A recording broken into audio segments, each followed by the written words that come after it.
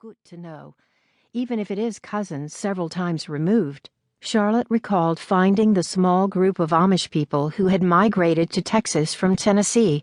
She'd built her secret identity based on information she'd gathered by spending time with them, and they'd directed her to a resale shop where she'd purchased her Amish clothes. They'd been nice enough, if not a bit suspicious about all of Charlotte's questions. Lena set the suitcases on the landing below the staircase, so Charlotte did the same with hers.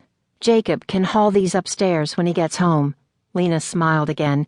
Charlotte knew Lena was referring to her 16-year-old son. You must be hungry from your travels. Come. She motioned for Charlotte to follow, and once in the kitchen, Lena pulled out a chair at the head of the table. Before them lay enough food to feed an army. I didn't know what you liked, so I made chicken salad, tuna salad, and egg salad.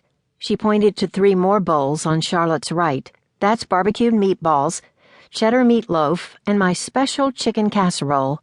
She pressed her palms together and then pointed to the middle of the table. That's bread I made this morning, and to the left is apple butter. Chow chow is in the other bowl.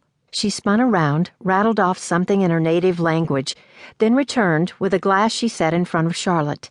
This was going to be an area of concern, her inability to understand or speak much of the dialect, which she'd read was an offshoot of German.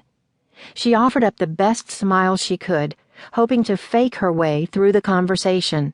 Everything looks very gut. She'd learned a handful of words most commonly used by the women in Beeville.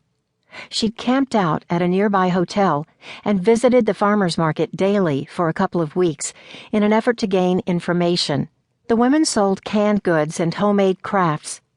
Charlotte always bought several jars of jams and jellies as unspoken payment for their help. She figured she had enough jellies for the next several years, but it had been worth it for the valuable information.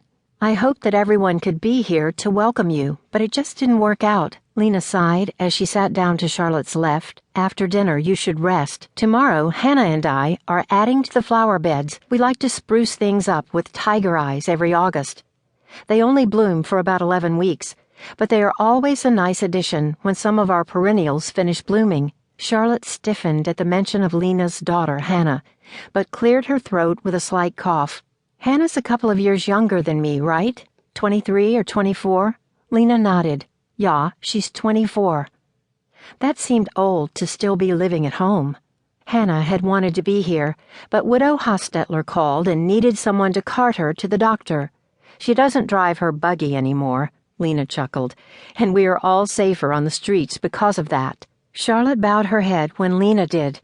The Amish prayed silently before every meal, so Charlotte sat quietly with her eyes closed and waited. Did you say Widow Hostetler called? Charlotte had seen the women in Beeville using cell phones, but she wanted clarification that she'd be able to use her phone while she was here. It was Charlotte's understanding that some Amish districts allowed the use of cell phones while others did not. Yeah, our bishop allows portable telephone calls for emergencies. She winked at Charlotte. Funny how many emergencies pop up. Lena frowned. Oh, nee. Are you against the use of mobile telephones, or does your district allow it? Charlotte swallowed a bite of bread, the tastiest she'd ever had. Yeah, she paused, kicking herself again. Yeah, we are allowed phones. Lena handed Charlotte the bowl of chicken salad, and Charlotte spooned a small amount onto her plate. Then she got 2 meatballs and a small scoop of chicken casserole. I hope you'll eat more than that. Lena sat taller, her eyes wide. That's not enough to feed a bird. To Charlotte, it looked like a ton, so she was a bit taken aback and not sure how to respond. I've had a stomach bug recently. One more lie to add to the collection. Lena clicked her tongue a couple of times. We've had something going around here, too. Hannah took sick last week. Charlotte tensed again, knowing she would have to stop reacting every time Hannah's name was mentioned. But she couldn't shake the idea that maybe Ethan's fiancé had something to do with his death, or at the least, knew why her brother had killed himself. Save room for dessert, Lena said as she motioned toward a chocolate pie at the far end of the table. Charlotte fought a yawn before she nodded. She wasn't sure how she'd